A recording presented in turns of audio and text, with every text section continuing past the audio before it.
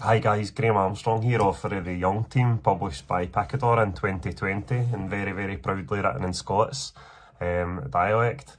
And guys, to be honest with you, I didn't even really know I spoke Scots. My mum would tell me off for saying no and aye, and she was worried that it would affect my prospects in the future. But my granny had a wee scrap of paper that somebody had written out a Tom Leonard poem, a few of his works on it, and this is the 6 o'clock news. And she used to read them to me sometimes. That was my first exposure to realising that the way we speak is actually, you know, it's an ancient dialect, guys, Scots, and it's an art form as well when it's written down. It's absolutely beautiful. In my later life, I would go on to write exclusively in that. You know, and it's very important to me as somebody that was trying to capture a landscape, you know, and a social reality of young boys and gangs in Lanarkshire, and about how they talk to each other, you know, and part of that low status language, guys, that Tom Leonard so beautifully spoke about, you know, and about value and how we attach worth to certain languages and not other ones. In that poem, I wanted to read a wee bit of it, because it's very good about talking about exactly what we're talking about. There's a right way to spell and a right way to talk it. This is me talking your right way of spelling it. This is my truth. You don't know the truth yourselves, because you don't talk right. This is the 6 o'clock news, built up.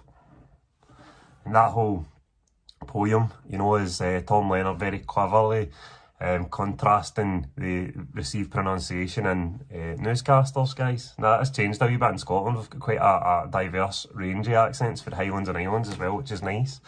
But that conflict of language still exists, guys, you know, and it's a class conflict as well, so it was very important to me.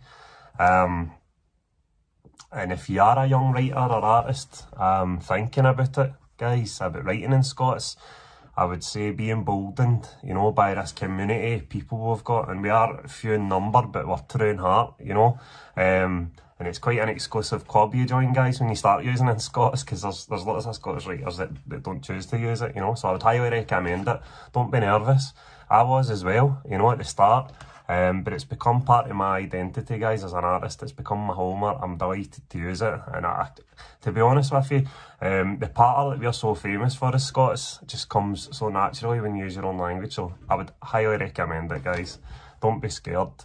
And you create something that's an additional art. You know, you can write amazing, beautiful stories in standard English, but if you do it in Scots, then there's a deeper layer, you know, go for it.